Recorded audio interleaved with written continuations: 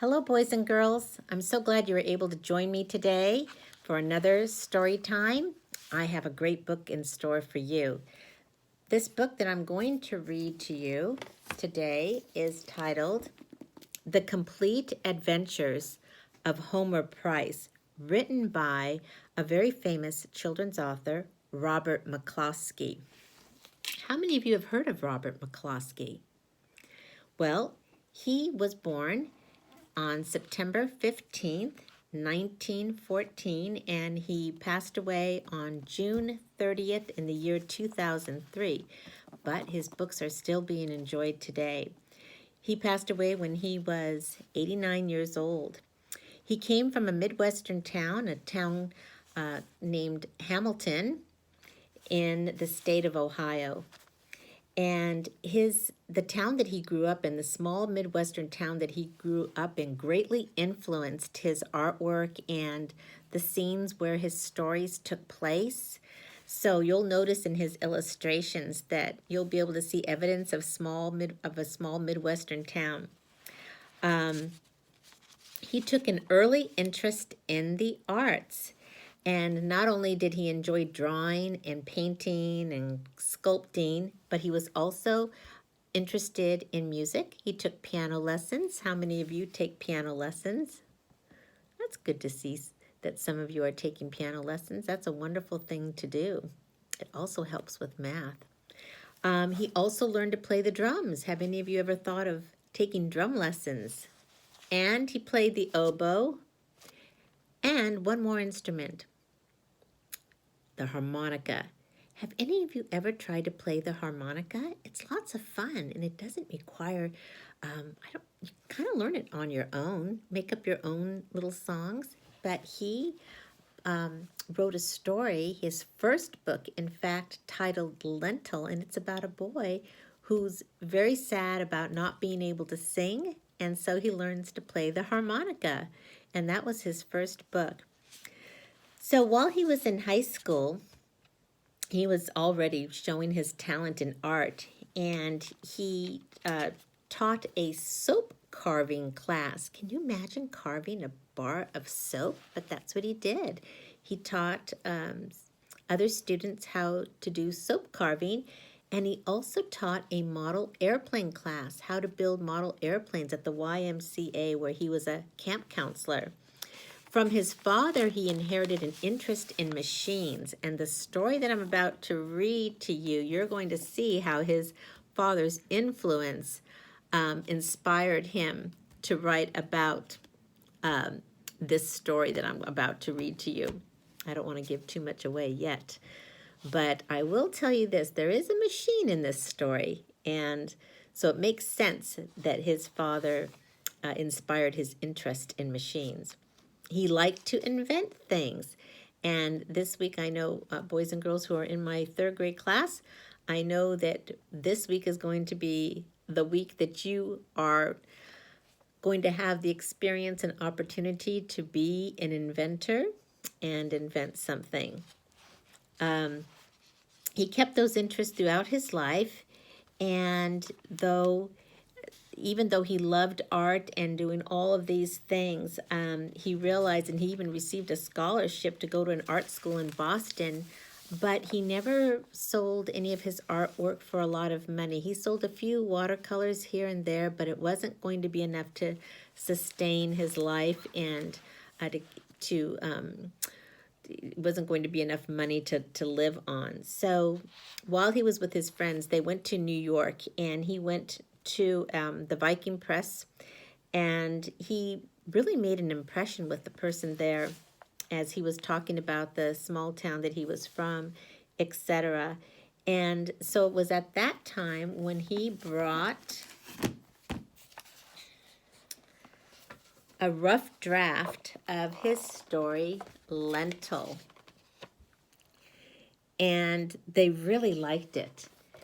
And I said, why the name Lentil? And he said, oh, it's just a nickname until I think of a different name. And they said, well, we like that name, so keep it. So anyway, Lentil became the title for the book.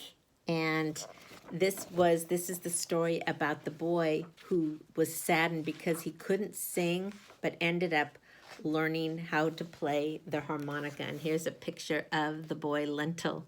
I think it's funny that he thought of that name as just to put it down, but it stuck. Anyway, I hope you have a chance to read that story later. It did go on, of course, to become a book, and then his next success was one of my favorites. Are you familiar with this story? Make Way for Ducklings by Robert McCloskey. I love this story. In fact, did you know that he bought a half dozen ducks that he could study and observe? He wanted to learn their movements and learn all about them. He bought a half dozen mallard ducks so that when he drew pictures of them, his pictures and drawings would be accurate. Anyway, that story, boys and girls, Make Way for Ducklings, won a Caldecott Medal. And the Caldecott Medal is a very prestigious award, that and the Newbery Medal. And he won that award. It's given to the artist of the most distinguished American picture book for children.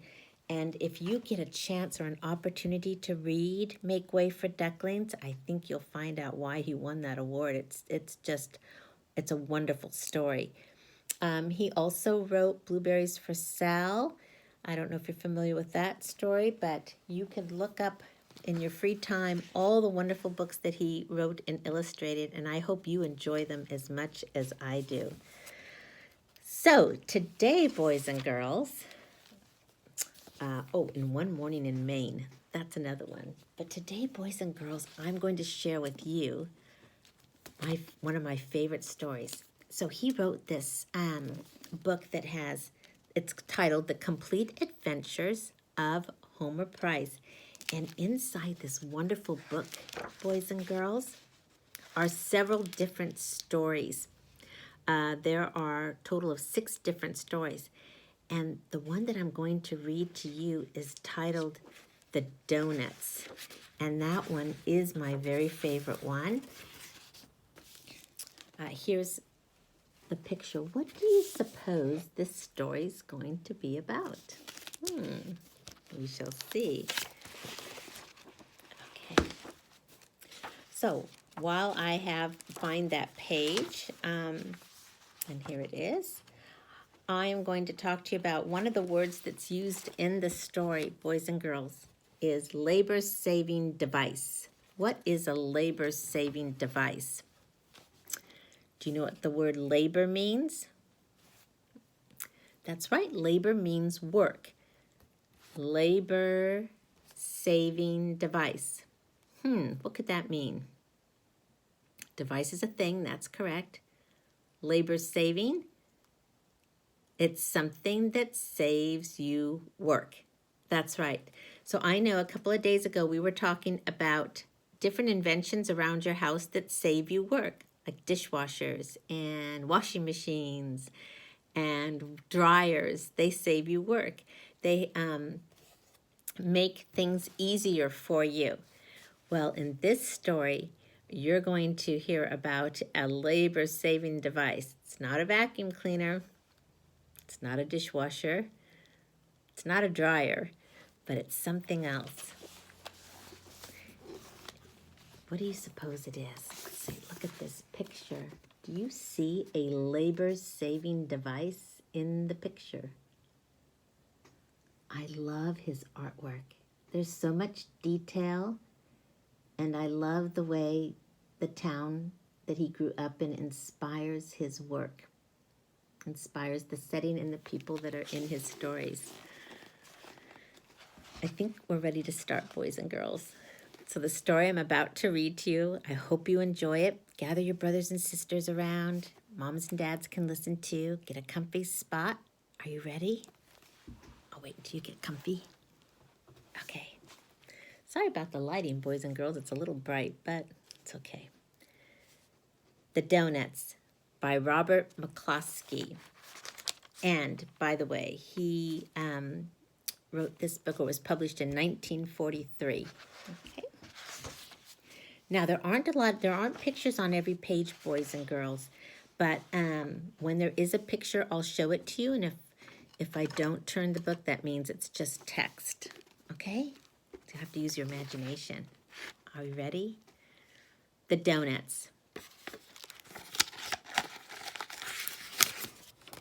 One Friday night in November, Homer overheard his mother talking on the telephone to Aunt Agnes over in Centerburg. "I'll stop by with the car in about half an hour and we can go to the meeting together," she said, because tonight was the night the ladies' club was meeting to discuss plans for a box social and to knit and sew for the Red Cross. Now, back in those days, boys and girls, a box social was, they'd have like a lunch in a box, and you would get together and visit with one another and have your lunch came in a little box and you would eat together, and it was a lot of fun. "I think I'll come along and keep Uncle Ulysses company while you and Aunt Agnes are at the meeting," said Homer. So after Homer had combed his hair and his mother had looked to see if she had her knitting instructions and the right size needles, they started for town. Homer's Uncle Ulysses and Aunt Agnes have a very up-and-coming lunchroom. That was like a little restaurant, little diner, over in Centerburg, just across from the courthouse on the town square. Uncle Ulysses is a man with advanced ideas and a weakness for labor-saving devices. He equipped the lunchroom with automatic toasters, automatic coffee maker, automatic dishwasher, and an automatic donut maker.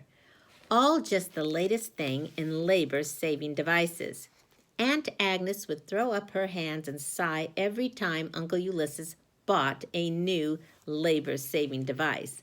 Sometimes she became unkindly disposed toward him for days and days. She was of the opinion that Uncle Ulysses just frittered away his spare time over at the barber shop with the sheriff and the boys. So, what was the good of a labor-saving device that gave you more time to fritter? More time to fritter. What do you suppose time to fritter means? If you had more time to fritter. Yes, more time to waste is exactly right. When Homer and his mother got to Centerburg, they stopped at the lunchroom, and after Aunt Agnes had come out and said, "My, how does that boy grow?" which was what she always said, she went off with Homer's mother in the car. Homer went into the lunchroom and said, "Howdy, Uncle Ulysses." "Oh, hello, Homer. You're just in time," said Uncle Ulysses.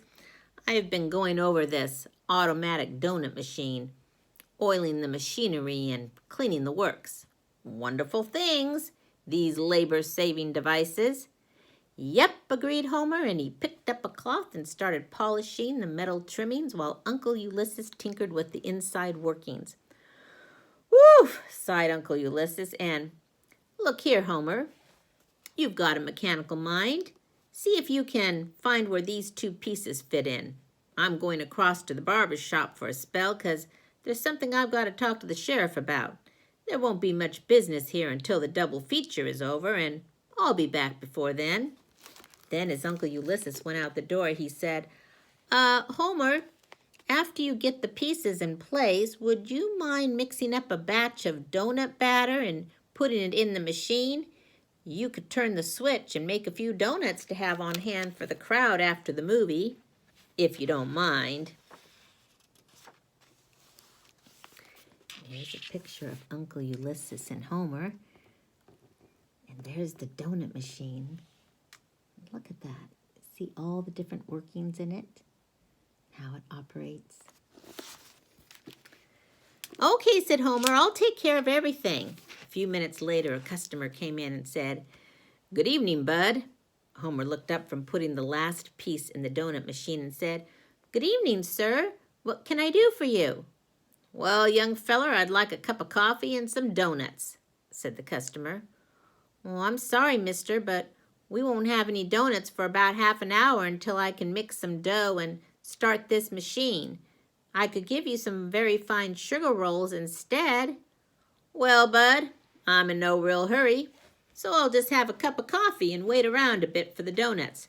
Fresh donuts are always worth waiting for, is what I always say." "Okay," said Homer, and he drew a cup of coffee from Uncle Ulysses' super automatic coffee maker. Nice place you've got here," said the customer. "Oh, yes," replied Homer. "This is a very up-and-coming lunchroom with all the latest improvements." "Yes," said the stranger, "must be a good business. I'm in business, too. A traveling man in outdoor advertising. I'm a sandwich man. Mr. Gabby's my name." "Oh, my name is Homer. I'm glad to meet you, Mr. Gabby. It must be a fine profession, traveling and advertising sandwiches." "Oh, no," said Mr. Gabby. "I don't know advertise sandwiches. I just wear any kind of ad. One sign on front and one sign on behind this way. Like a sandwich. You know what I mean?" "Oh, I see. That must be fun. And you travel too?" asked Homer as he got out the flour and the baking powder. "Yeah, I ride the rods between jobs on freight trains. You know what I mean?" "Yes, but isn't that dangerous?" asked Homer. "Of course, there's a certain amount of risk, but you take any method of travel these days, it's all dangerous. You know what I mean? Now take airplanes, for instance." Just then, a large, shiny, black car stopped in front of the lunchroom, and a chauffeur helped the lady out of the rear door. They both came inside, and the lady smiled at Homer and said, "We've stopped for a light snack. Some donuts and coffee would be simply marvelous." Then Homer said, "Oh, I'm sorry, ma'am, but the donuts won't be ready until I make this batter and start Uncle Ulysses's donut machine." "Well, now, aren't you a clever young man to know how to make donuts?" "Well," blushed Homer, I've really never done it before, but I've got a recipe to follow." "Now, young man, you simply must allow me to help. You know, I haven't made donuts for years, but I know the best recipe for donuts. It's marvelous, and we really must use it." "But, ma'am," said Homer. "Now, just wait till you taste these donuts," said the lady. "Do you have an apron?" she asked, as she took off her fur coat and her rings and her jewelry and rolled up her sleeves. Here's a picture of the woman that came out of the, sounds like a limousine, with her chauffeur.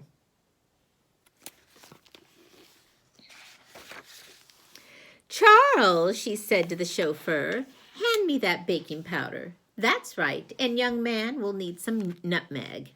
So Homer and the chauffeur stood by and handed things and cracked the eggs while the lady mixed and stirred. Mr. Gabby sat on his stool, sipped his coffee, and looked on with great interest. "There," said the lady when all of the ingredients were mixed. "Just wait till you taste these donuts." "Oh, it looks like an awful lot of batter," said Homer as he stood on a chair and poured it into the donut machine with the help of the chauffeur. "It's about 10 times as much as Uncle Ulysses ever makes." "But wait till you taste them," said the lady with an eager look and a smile. Homer got down from the chair and pushed a button on the machine marked Start. Rings of batter started dropping into the hot fat. After a ring of batter was cooked on one side, an automatic gadget turned it over and the other side would cook. Then another automatic gadget gave the donut a little push, and it rolled neatly down a little chute, all ready to eat. "That's a simply fascinating machine," said the lady as she waited for the first donut to roll out. "Here, young man, you must have the first one. Now, isn't that just too delicious? Isn't it simply marvelous?" "Yes, ma'am, it's very good," replied Homer, as the lady handed donuts to Charles and to Mr. Gabby and asked if they didn't think they were simply divine donuts. "It's an old family recipe," said the lady with pride. Homer poured some coffee for the lady and her chauffeur, and for Mr. Gabby, and a glass of milk for himself. Then they all sat down at the lunch counter to enjoy another few donuts apiece. "I'm so glad you enjoy my donuts," said the lady. "But now, Charles, we really must be going. If you will just take this apron, Homer, and put 2 dozen doughnuts in a bag to take along. We'll be on our way. And Charles, don't forget to pay the young man." She rolled down her sleeves and put on her jewelry. Then Charles managed to get her into her big fur coat. "Good night, young man. I haven't had so much fun in years. I really haven't," said the lady as she went out the door and into the big shiny car. "Well, those are sure good doughnuts," said Mr. Gabby as the car moved off. "You bet," said Homer. Then he and Mr. Gabby stood and watched the automatic donut machine make doughnuts. After a few dozen more doughnuts had rolled down the little chute, Homer said, "I guess that's about enough doughnuts to sell to the after-theater customers. I'd better turn the machine off for a while." Homer pushed the button marked "Stop," and there was a little click, but nothing happened. The rings of batter kept right on dropping into the hot fat, and an automatic gadget kept right on turning them over, and another automatic gadget kept right on giving them a little push, and the doughnuts kept right on rolling down the little chute, all ready to eat. "That's funny," said Homer. "I'm sure that's the right button." He pushed it again, but the automatic donut maker kept right on making donuts. "Well, I guess I must have put one of those pieces in backwards," said Homer. "Well, then it might stop if you pushed the button marked "Start," said Mr. Gabby. Homer did, and the doughnuts still kept rolling down the little chute, just as regular as a clock can tick. "Well, I guess we could sell a few more doughnuts," said Homer, "but I'd better telephone Uncle Ulysses over at the barber shop." Homer gave the number, and while he waited for someone to answer, he counted 37 doughnuts roll down the little chute. Finally, someone answered. "Hello, this is the the barber shop." "Oh, hello, Sheriff. This is Homer. Could I speak to Uncle Ulysses?" "Well, he's playing pinochle right now," said the sheriff. "Anything I can tell him?" "Yes," said Homer. "I pushed the button marked "Stop" on the donut machine, but the rings of batter kept right on dropping into the hot fat, and an automatic gadget keeps right on turning them over, and another automatic gadget keeps giving them a little push, and the donuts keep right on rolling down the little chute. It won't stop." "Okay, hold the wire, and I'll tell him." Then Homer looked over his shoulder and counted. Another 21 doughnuts rolled down the little chute, all ready to eat. Then the sheriff said, "He'll be right over. Just got to finish this hand." "Oh, that's good," said Homer. "Goodbye, Sheriff." Well, the window was full of doughnuts by now, so Homer and Mr. Gabby had to hustle around and start stacking them on plates and trays and lining them up on the counter. "Sure are a lot of doughnuts," said Homer. "You bet," said Mr. Gabby. "I lost count at 1,202, and that was quite a while back." People had begun to gather outside the lunchroom window, and someone was saying, "There are almost as many doughnuts as there are people in Centerburg, and I wonder how in tarnation Ulysses thinks he can sell all of them." Every once in a while somebody would come inside and buy some, but while somebody bought 2 to eat and a dozen to take home, the machine made 3 dozen more.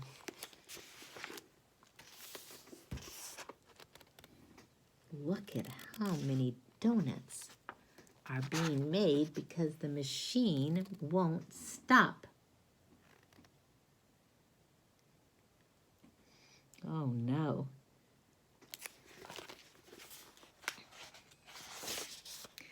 By the time Uncle Ulysses and the sheriff arrived and pushed through the crowd, the lunchroom was a calamity of donuts.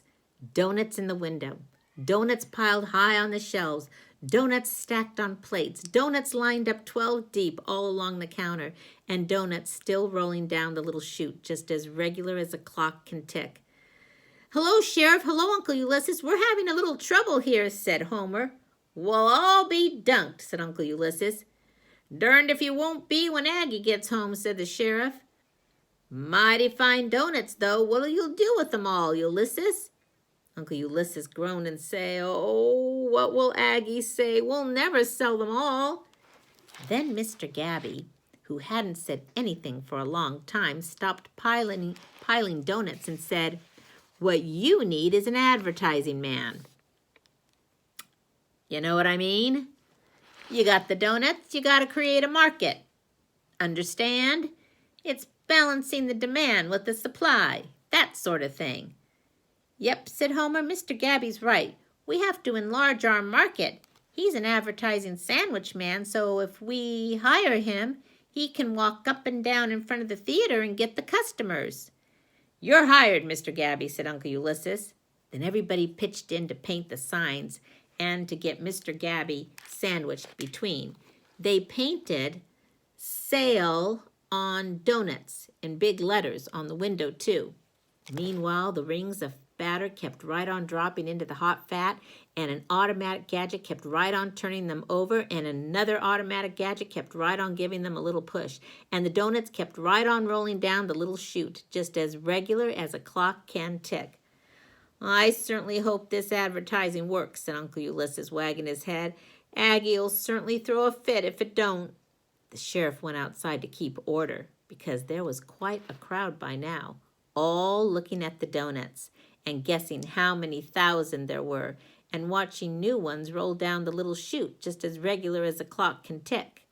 Homer and Uncle Ulysses kept stacking donuts. Once in a while somebody bought a few, but not very often. Then Mr. Gabby came back and said, "Say, there's not much use of me advertising at the theater. The show's all over. And besides, almost everybody in town is out front watching that machine make donuts." "Zeus," said Uncle Ulysses, "we must get rid of these donuts before Aggie gets here."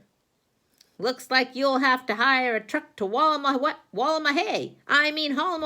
said the sheriff, who had just come in. Just then, there was a noise and a shoving out front, and the lady from the shiny black car and her chauffeur came pushing through the crowd and into the lunchroom. "Oh, gracious," she gasped, ignoring the donuts. "I've lost my diamond bracelet, and I know I left it here on the counter," she said, pointing to a place where the donuts were piled in stacks of 2 dozen. "Yes, ma'am, I guess you forgot it when you helped make the batter," said Homer. Then they moved all the donuts around and looked for the diamond bracelet, but they couldn't find it anywhere. Meanwhile, the donuts kept rolling down the little chute,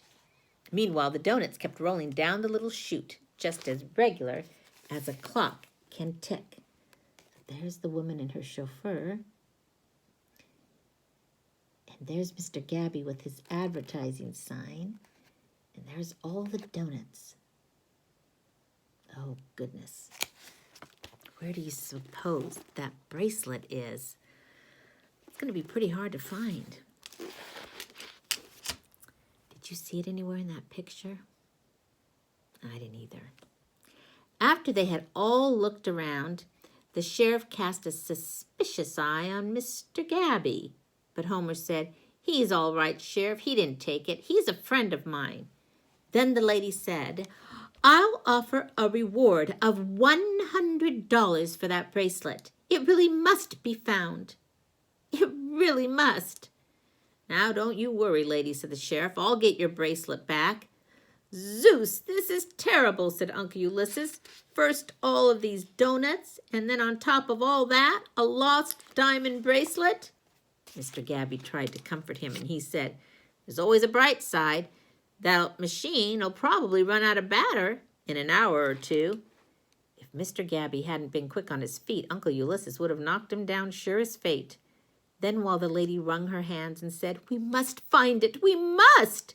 and Uncle Ulysses was moaning about what Aunt Agnes would say, and the sheriff was eyeing Mr. Gabby, Homer sat down and thought hard. Before 20 more donuts could roll down the little chute, he shouted, "Say! I know where the bracelet is. It was lying here on the counter and got mixed up in the batter by mistake. The bracelet is cooked inside one of these donuts." "Oh, why, I really believe you're right," said the lady through her tears. "Isn't that amazing? Oh, simply amazing." "I'll be darned," said the sheriff. "Oh," moaned Uncle Ulysses, "now we have to break up all of these doughnuts to find it. Think of the pieces. Think of the crumbs. Think of what Aggie will say." "Nope," said Homer. "We won't have to break them up. I've got a plan." So Homer and the advertising man took some cardboard and some paint and printed another sign. They put this sign in the window, and the sandwich man wore two more signs that said the same thing and walked around in the crowd out front.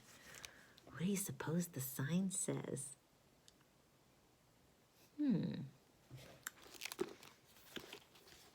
Here's a picture of the sign. Can you read it? It says, "Fresh doughnuts, 2 for 5 cents.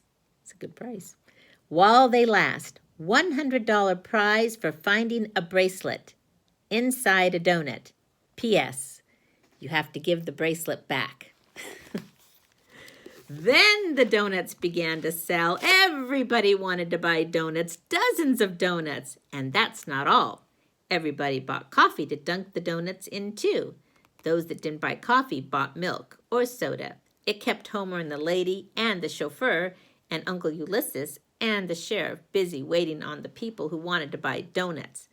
When all but the last couple of 100 donuts had been sold, Rupert Black shouted, "I got it!" And sure enough, there was the diamond bracelet inside of his donut.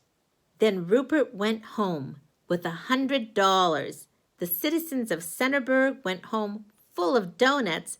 The lady and her chauffeur drove off with the diamond bracelet, and Homer went home with his mother when she stopped by with Aunt Aggie. As Homer went out of the door, he heard Mr. Gabby say, "Neatest trick of merchandising I've ever seen." And Aunt Aggie was looking skeptical, while Uncle Ulysses was saying, "The rings of batter kept right on dropping into the hot fat, and the automatic gadget kept right on turning them over, and the other automatic gadget kept right on giving them a little push, and the donuts kept right on rolling down the little chute, just as regular as a clock can tick. They just kept right on a-comin' and a-comin' and a-comin' and a-comin'." The end. I hope you enjoyed that story. Here's a picture of Rupert when he bit into his donut and found the diamond bracelet and got $100 for that. Wouldn't that be fun to bite into a donut and there would be a bracelet in there that was worth $100 reward?